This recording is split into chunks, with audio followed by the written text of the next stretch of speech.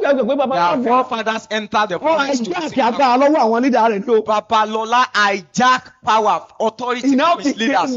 Ó wá di adarí. He had no spiritual father. Kò ní bàbá ẹ̀mí kankan o. Ta ni spiritual father Babalola? One is as Babalola's spiritual father. Ẹ̀ṣọ́. Bible Babalola lọ́wọ́ tó fi Who gbẹ tó fi gave ayé fún Jésù. Babalola Bible will to give him a declaration of faith for him to give a life to Jesus. Nígbà wo ni bàbá sọ pé èmi ò mọ fàyè mi fún Jésù o. Ẹ káàárọ̀, ẹ káàsán, ẹ káalẹ́ àti gbogbo tẹ́sí ń gbọ́ wa. This is Crossblog TV. Please don't forget to subscribe, like and share.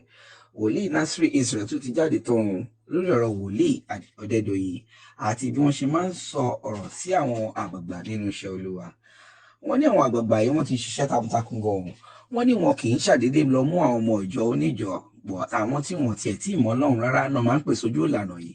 Kò ń ṣe àwọn tó máa bọ́ sórí ayélujára, tó máa wá publicity, àbáwọn tó máa lọ bá àwọn politicians, tó máa gba bribe l'Abuja, àbáwọn tó ti bà ìpè wọn jẹ́. Wòlíì tún bínú gan-an. Wọ́n ní bọ́n ṣe máa ń sọ̀rọ̀ sí àwọn bàbá Adébóyè àti gbogbo àwọn òjíṣẹ́ Olúwa ńláńlá bí àwọn bàbá Kómóyè, bàbá Ayọ̀ Babalọ́lá àti bàbá Adébóyè. Wọ́n ní kò bójúmu rárá. Wọ́n náà wọ́n ti jíṣẹ́ tẹ́lẹ̀ pé wòlíì Dàmínà gan-an gbogbo falafolo tó ń ṣe káàkiri pé kò ní pẹ́ lọlẹ̀. Ọ̀rọ̀ yìí lágbára gan-an. Ẹ jọ̀ọ́ ẹ jẹ́ ká gbọ́ ẹ̀kúnrẹ́rẹ́ láti ẹnu wòlíì Nasri. Number 4, ẹ̀mí òdodo ara ẹni.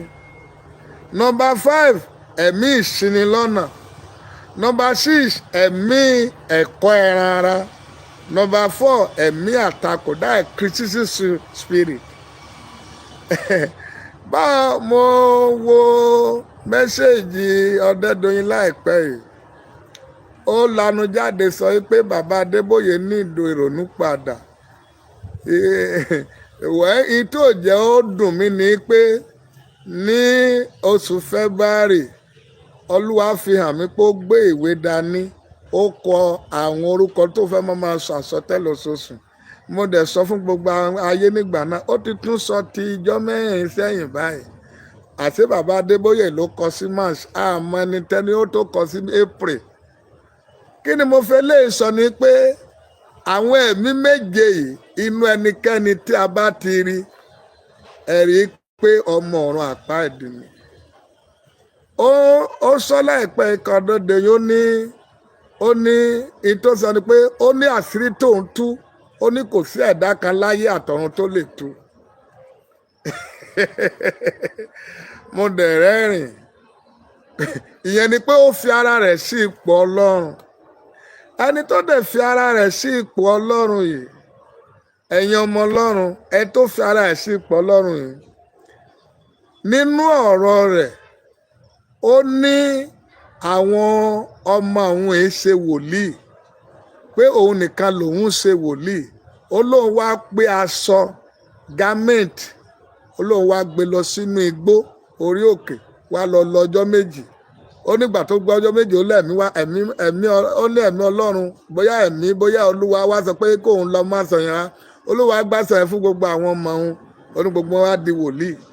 So ẹ̀mí inú igbó làwọn ọmọ ẹ̀yẹn fi di wòlíì ní ìsìn. Ẹ wá wo àwọn ayé tó ti tó gbìn sọ́jọ́ ọ̀la, ẹ wo àwọn ọmọ òkùnkùn tó ti tó gbìn lẹ̀. Nígbà tí Jésù fẹ́ darí àwọn ọmọ lẹ́yìn, ó ní ká lọ pàdé òun lórí òkè. Ó rán ẹ̀mí mọ́ sí wọn, òun wá lọ àṣẹ ẹ̀mí aṣọ tán gbé sínú igbó ló fi sọ àwọn ọmọ ẹ̀ di ìránṣẹ́ Ọlọ́run. Ẹ̀mí aṣọ ó dẹ̀ sọ jáde.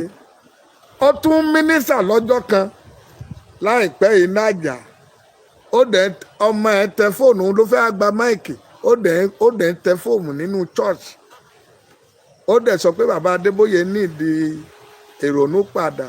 Èmi wá rò pé òun gangan nídìí deliverance, ó nídìí deliverance. Àṣé ẹ̀mí inú igbó yẹn lòun rò pé ó lu àwọn bàbá yẹn. It is well. Ìbéèrè tí ò bá ti ní answer yes or no, it is well la fi ń dáhùn. Ẹ̀yin ọmọ Ọlọ́run, ibi tí mò ń lọ kọ́ nìyẹn, mo kà sọ ti ẹ̀yẹn ni. Àṣé ẹni tó dẹ̀ ní òun nìkan ni wòlíì gidi ní gbogbo àgbáyé báyìí, ọ̀rọ̀ Ọlọ́run ó fi ìdá méjì ó fi cross Bíbélì. Ọ̀rọ̀ Ọlọ́run kẹ̀ a kì í fi okòó lórí ẹ̀. Ẹ wo ẹrùn tó dì lérí ọ̀rọ̀ Ọlọ́run nínú lógo rẹ̀. This is very bitter in Christianity, in Christ's bodies. Ìyẹn ní ìpàtì irú ẹ̀mí méje yìí, ẹ̀mí ìlara. Bí èèyàn kan bá dáa jù ọ́ lọ tó o bá rọ́nà mọ́ ṣe lára, ẹ̀mí ìlara, ẹ̀mí òdodo ara ẹni, ẹ̀mí ìdájọ́, ẹ̀mí ìdálẹ́bi. Ẹ wo àwọn ẹ̀mí méje tí ń gbé inú Ọ̀dẹ́dọ̀yìn ní ìsìn. Èsíkẹ́ Ọláhun, ìyẹn ní tibẹ̀. Èkejì, àwọn ọmọ Ọlọ́run sọ nípa àwọn tí a kò lè fi, mo fẹ́ sọ lè, àwọn tá ẹ̀kẹta, àwọn tá a lè fẹ́ràn ara túmọ̀, àwọn nǹkan tá a lè fẹ́ràn ara túmọ̀. Number 1, a lè fẹ́ràn ara ọgbọ́n ìwé, ọgbọ́n ènìyàn túmọ̀ Ọlọ́run ọ̀gá ògo. A lè fi ọgbọ́n ìwé, ọgbọ́n èèyàn túmọ̀ ẹ̀mí mímọ́. A lè fi ọgbọ́n èèyàn, ọgbọ́n ìwé túmọ̀ ọ̀rọ̀ Ọlọ́run. Àsọtẹ́lẹ̀, àlá, ohùn Ọlọ́run, ìran, àbókò tó bá ti jẹ́ ti Ọlọ́run, a lè fi ọgbọ́n ènìyàn, ìmọ̀ ènìyàn àbí ẹ̀kọ́ ènìyàn, a lè fi túmọ̀ rẹ̀. Ìyẹn ẹ̀kẹta ohun tó gbé mi wá sí orí mídíà kí n tó lọ sọ àwọn àṣírí kan tí mo bá pàdé nínú ìrìnàjò ayé tí mo fẹ́ kí gbogbo wa gbọ́. Number 4, iṣẹ́ mi. Mo fẹ́ ṣàlàyé lórí iṣẹ́ mi tàbí iṣẹ́ wòlíì. Àwọn èèyàn máa darí wa pé àwọn kan béèrè pé ní tí mo sọ yẹn sọ wà ní scripture, ní pé sọ wà nínú ìwé mímọ́. Òfun ló ń ṣe ayé o, ayé ṣègbé ni. Ọlọ́run yìí ṣe ìwé mímọ́ o. Ìwé John 4:24 ó ní ẹ̀mí ni Ọlọ́run fún àwọn tó bá sìn ní ẹ̀mí àti òótọ́. God is not a scripture. God is a true and the spirit. Bíbélì jẹ́ ká mọ̀ pé Ọlọ́run jẹ́ ẹ̀mí àti òtítọ́. Ọlọ́run yìí ṣe ìwé mímọ́ o. Ìgbà tí Èṣù fẹ́ da ìrìnàjò 40 àwọn ọjọ́ Jésù rú, ìwé mímọ́ ló kà fún ọ. Ìkan tí Èṣù tí rí àṣírí ẹ̀ di àárọ̀ yìí, ìkíní kò rí àṣírí ẹ̀mí mímọ́. Èkejì, Èṣù rí àṣírí òtítọ́. Ẹ̀kẹta, Èṣù rí àṣírí àlàáfíà. Di àárọ̀ yìí gbogbo tá a pè ní èso ẹ̀mí, Èṣù rí àṣírí ẹ̀. Bọ̀tí àwọn ẹ̀bù ẹ̀mí ó rí bí ìran rírí, bí ká gbé aṣọ lọ sórí òkè bíi ti Ọdẹ́dọ̀yìn, kó wá fi aṣọ ẹ̀mí, aṣọ orí òkè ọjọ́ 2 lóòrùn, kó wá fi sọ àwọn ọmọ ẹ̀dọ̀ wòlíì. This is an abomination in Christendom. Ọlọ́run ní jẹ́ ká gbẹ̀mí aṣọ tí yóò ya inú igbó. Olúwa yóò wà pẹ̀lú ẹ̀yin ọmọ Ọlọ́run tí ẹ̀ ń sọ nípa iṣẹ́ mi. Mo fẹ́ sọ kankan fún yín. Iṣẹ́ mi, Èlíjà dùbúlẹ̀ lé ọmọ yẹn nínú yàrá lẹ́ẹ̀mẹ́ta, ó jí. Iṣẹ́ àdúrà kọ́ o, iṣẹ́ mi ló ṣe o. Èlíṣà rán Námánì lọ sí odò lọ tẹra abọ lẹ́ẹ̀méje. Iṣẹ́ mi ni o. Lọ wẹ̀ nínú odò, iṣẹ́ mi ni o. A mú ìbàtẹ́ Pọ́ọ̀lù tó àwọn olókùnrùn lọ, iṣẹ́ mi ni o. Kì í ṣe ìwé mímọ́ o. Jésù ti tú sílẹ̀, ó fi amọ̀ mọ ojú yẹn pé fẹ́ tàwọ́ sí. Iṣẹ́ mi ni o, kì í ṣàdúrà o, kì í ṣe ìsọkìkì ọ̀rọ̀ kan o. Ẹ̀yin ọmọ Ọlọ́run, Ọlọ́run yìí ṣe ìwé mímọ́ o. Bí a bá kó ìwé mímọ́ 10 sílẹ̀, 8 rẹ̀ gbẹ́dọ̀ yàtọ̀ sí ara, ṣùgbọ́n ẹ̀mí mọ́ ìyàtọ̀ o. King James version yàtọ̀ sí English version o. Ọ̀rọ̀ wọn yàtọ̀ síra o. Ní ìkẹyìn ayé yìí ẹ̀yin àyànfẹ́ ẹ wá òtítọ́ ẹ dẹ̀ wá ẹ̀mí mọ́ rí o. Ọ̀nà àbáyọ sí ẹnìkan kan wa especially gbogbo àwọn ọmọ Ọlọ́run ẹ jọ̀ọ́ ẹ má jẹ́ kí gbogbo tí mo sọ yìí mo ń sọ nítorí àwọn tí ìgbàgbọ́ rẹ̀ kéré nínú Kristi káwọn èèyàn búburú yìí má fi ẹ̀kọ́ àjòjì ká má fi gbá wọn lọ ká má fi mú wọn ní òpin ayé. Olúwa yóò wà pẹ̀lú wa o. Iṣẹ́ ẹ̀mí wà o. Mo gbọ́ kinní kan láìpẹ́ yìí nínú ìtàn kì í ṣojú mi o. Wọ́n ní bàbá wa Babájídé Olúlànà bóyá ọ̀tọ̀ bóyá irọ́ èmi kọ́ mo sọ o. Mo gbọ́ lọ́dọ̀ àwọn bàbá àgbà.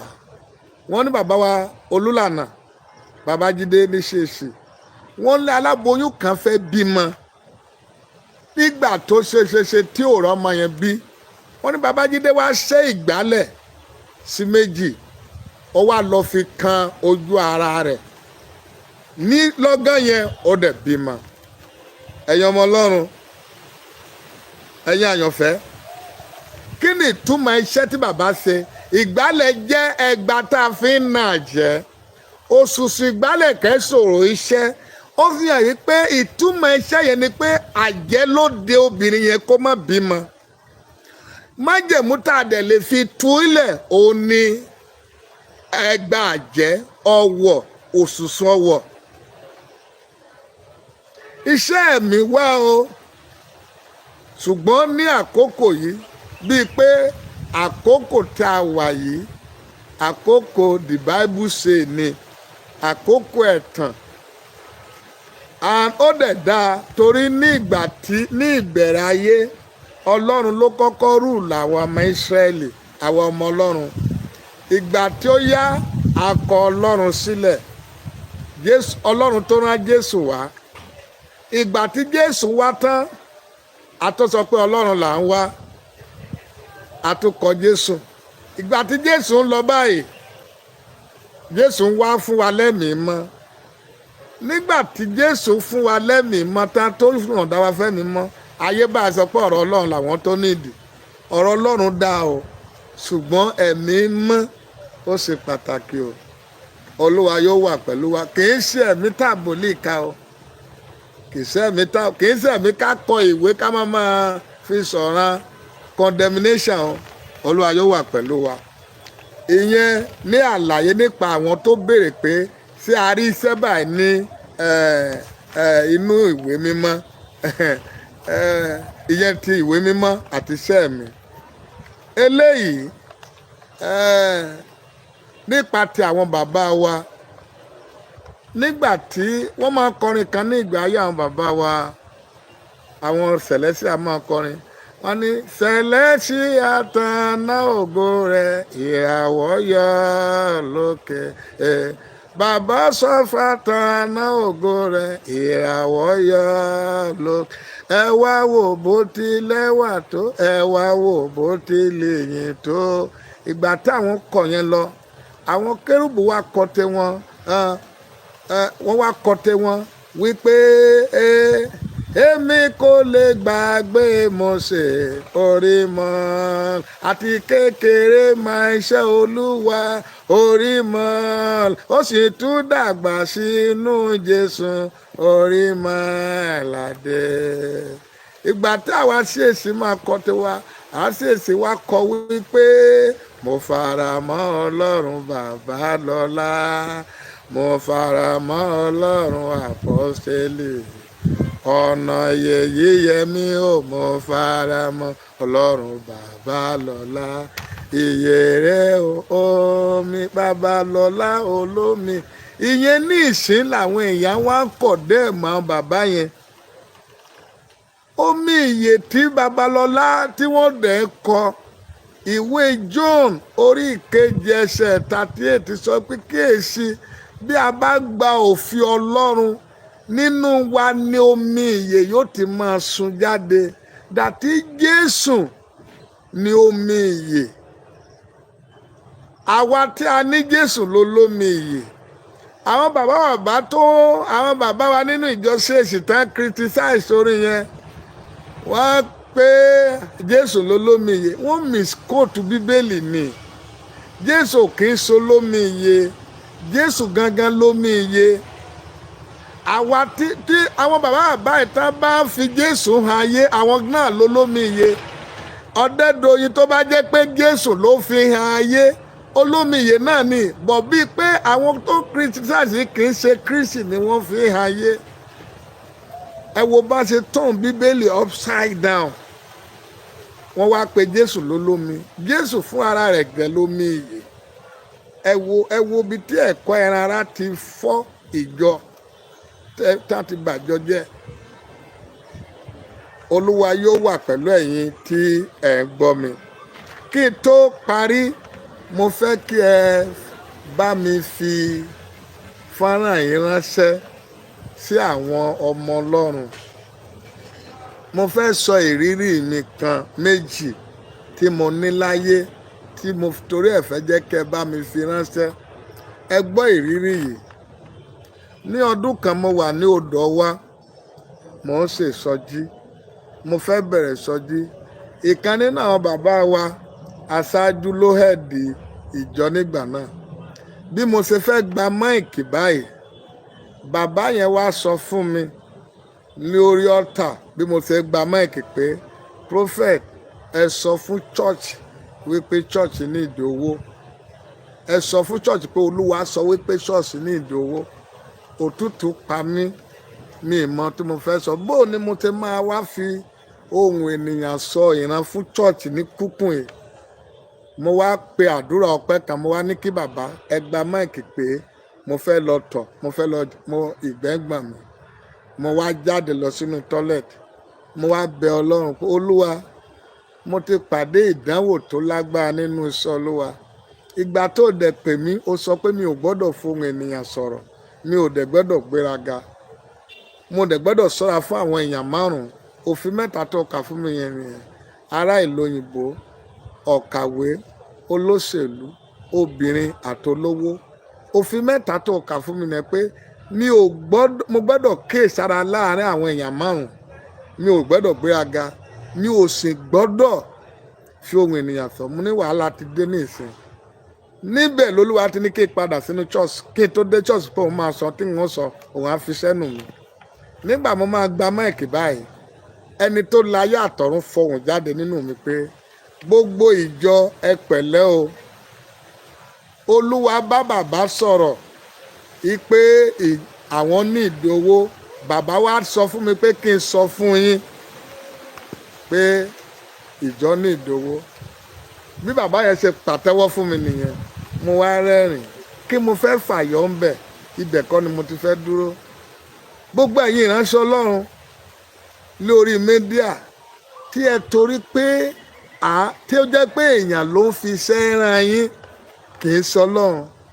Ọjọ́ ewu ń bọ̀ níwájú wa lọ bá àwọn bá ní kí n sọ fún wa. Number 2, mo fẹ́ kẹ́ tó tẹ́tí sílẹ̀ yìí. Mo wà ní redemption camp lọ́jọ́ kan. Mo fẹ́ lọ gba owó ní Access Bank. Bí mo ṣe dé Access Bank báyìí, kọ́ọ̀lù ìkan nínú àwọn tó ń pè mí tẹ́lẹ̀ ní abroad wọlé.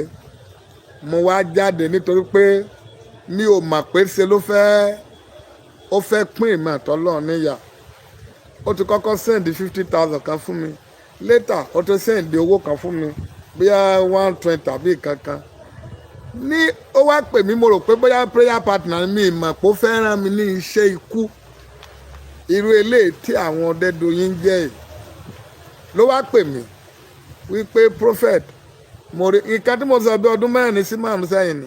Ó ní mo rí pé wòlíì Ọlọ́run ni yín, àwọn èèyàn dẹ̀ ń tẹ́tí sí yín pé mo fẹ́ kẹ́ ẹ ṣe kankan. A máa rán ẹ lọ lóyìnbó, a máa rán ẹ lọ Jerusalem, kò sí tá à ní ṣe fún yín. A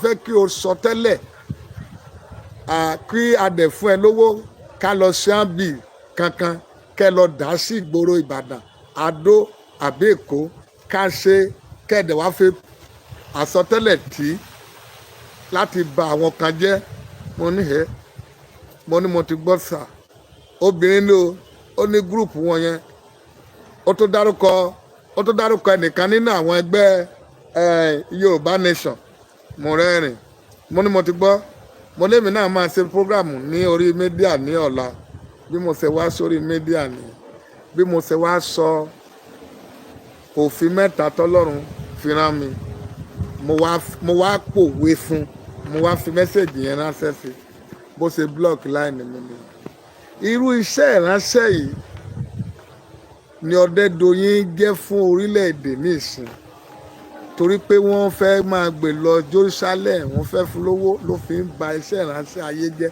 iṣẹ́ ìránṣẹ́ tèmi kọ́ ẹ̀lẹ́ lòun wá ń ṣe ní ìsìn tó rò pé òun ṣiṣẹ́ Olúwa kò ní pẹ́ wọlé ẹ lọ kọ́ ilẹ̀ ẹgbọ́n tí mo sọ ní ọdún tó kọjá tólúwa bá mi sọ ní ìpa Dàmínà ariwo Dàmínà yẹn dà mo sọ fún yín nígbà pé mo rí pé oòrùn ẹ ti ń ká òun dà títí dè ní Dàmínà ó ti ń lọ ní ìsìn ẹ lọ kọ́ sí Adédoyin sílẹ̀ ẹni tó sọ pé aṣọ lòun fi fún àwọn ọmọ ẹlẹ́yìn òun ní ẹ̀mí ìran aṣọ ní igbó ọjọ́ méjì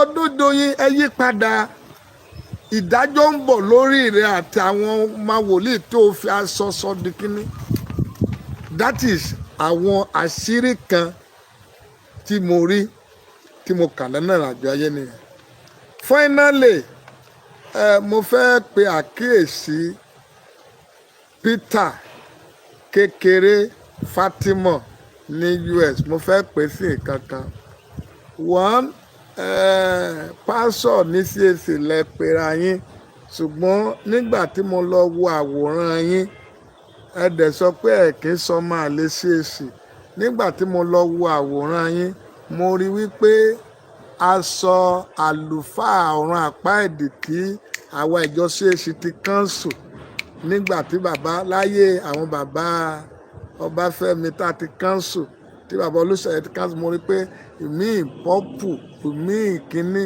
ọmọ ìjọ ṣe àlùfáà CAC wọ̀rọ̀ aṣọ tó wọ̀ yẹn bàbá Peter kékeré Fatima ọmọ àlùfáà CAC yẹn àkọ́kọ́ àṣìṣe ńlá ni pé ká ẹ lọ máa wọ aṣọ àlùfáà burúkú yẹn tọ̀run àpá ìdí yẹn ó dẹ̀ tó wà ní profile yín ìyẹn ìkíní èkejì kan tí mo tún fẹ́ sọ fún yín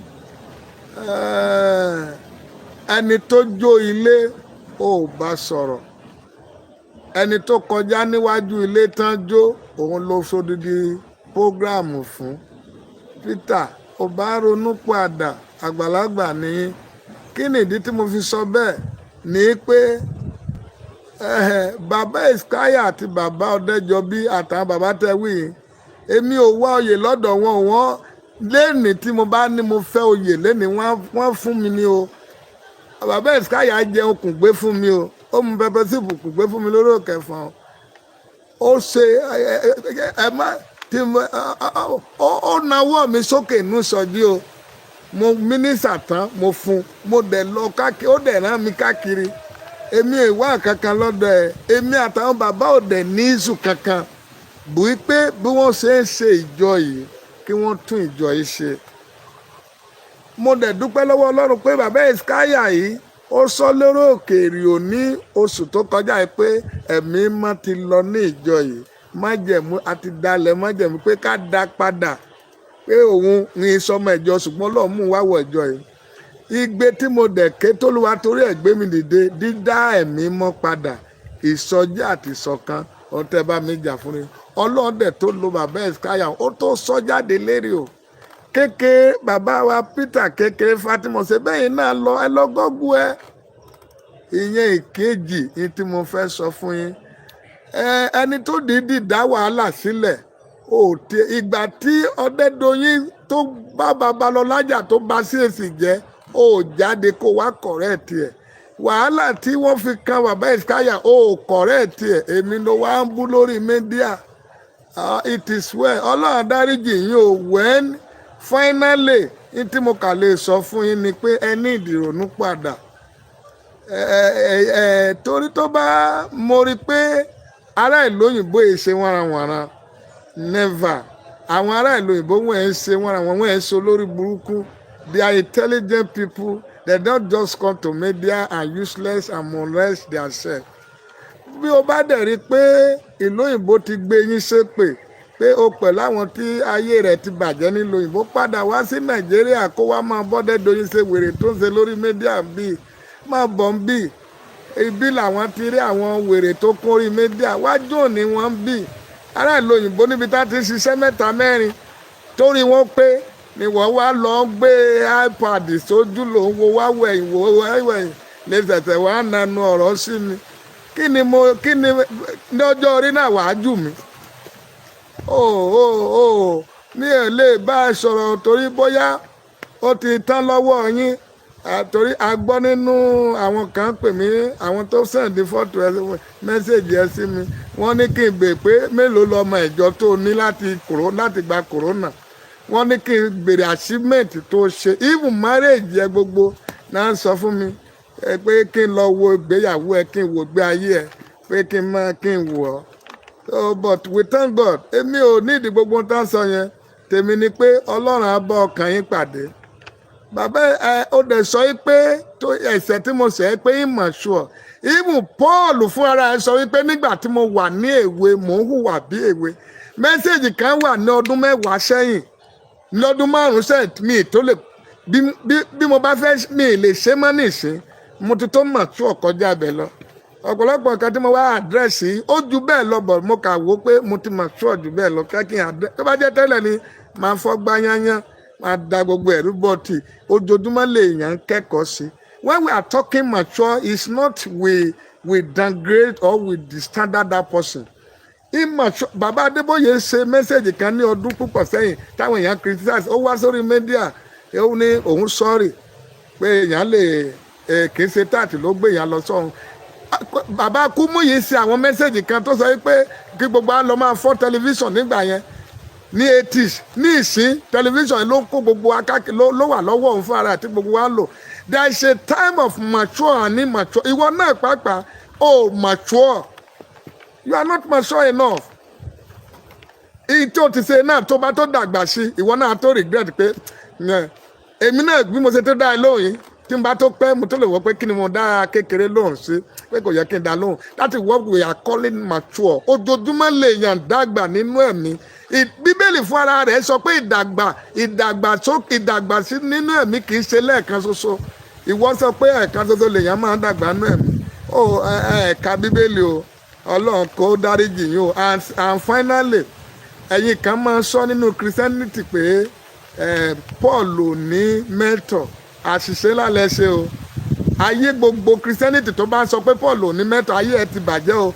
immediately tí ẹ̀mí mọ́ pàdé Paul adarí ẹ̀ sọ́dọ̀ Ananias after Ananias adarí ẹ̀ sí ọ̀dọ̀ àwọn apostle what are you telling me àwọn èèyàn mà ti bà Bíbélì jẹ́ o Jésù fún ara ẹ̀ ní mentor because nígbà tó dé ọ̀dọ̀ Jòhánù sọ pé òun ò ní ṣe ó ní àti kọ́ you must do it I must buy them for you for the scripture to be complete.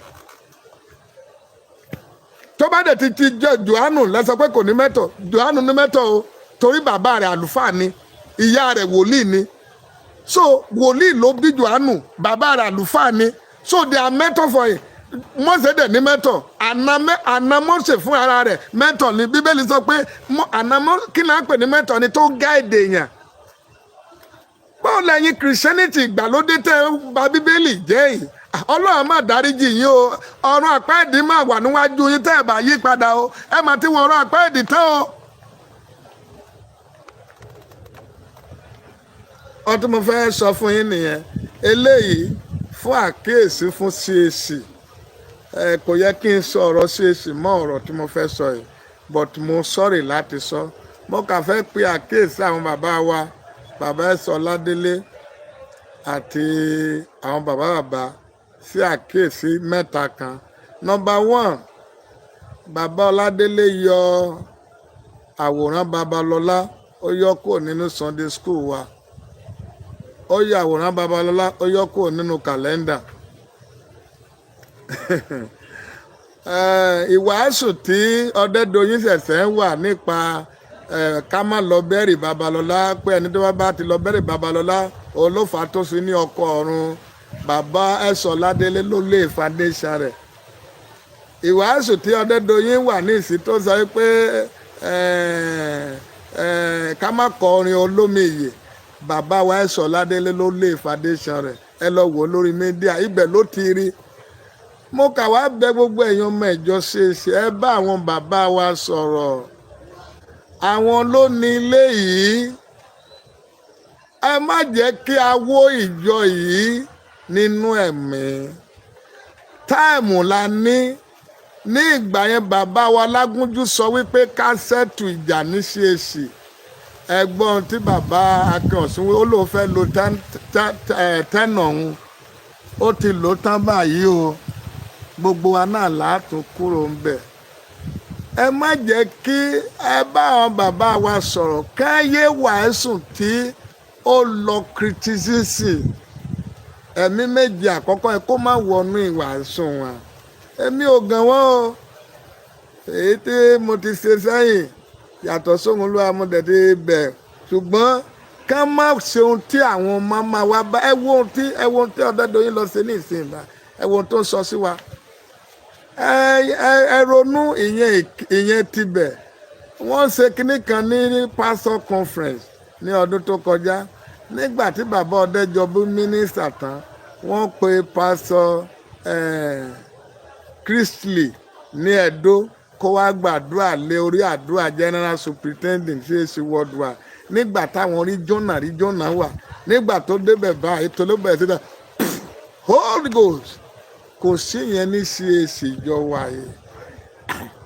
Báwo ni general superintendent ṣe máa minister tán tí general evangelist minister tán tá a wá lọ gbé ọmọ kékeré kan kó wá gbàdúrà lé lórí. Ẹ jọ̀ọ́ àfọ̀bà àwọn bá bẹ̀yìn ni ẹ wo àwọn kankan yìí tó bá jẹ́ tẹ́lẹ̀ máa ti jáde mú kàwé pé ẹ jẹ́ ìgbójú mi kúrò. Ní ìsìn mo sọ ní ìgbà yẹn lọ́hùn wípé ẹ lọ yan Kàsíjò sígbà kẹfà ṣebí ẹrí tó fojú yín rí ní Ìbàdàn kí ló dé tẹ̀ tún yọ kúrò tí mo sọ pé máa yọ sí ẹ̀ tún yọ ní ìsìn ṣé ẹ rí wàhálà tó kó yín sí gbogbo tí mo sọ náà ṣé kò tí ì ṣẹ ní ìsìn. So ẹ jẹ́ kí a tún ìjọ yìí ṣe o èmi ò bá nìkankan ní ìkankan o gbogbo táwọn èèyàn sọ sí mi ò rí kì í ṣe ọkàn mi nìyẹn.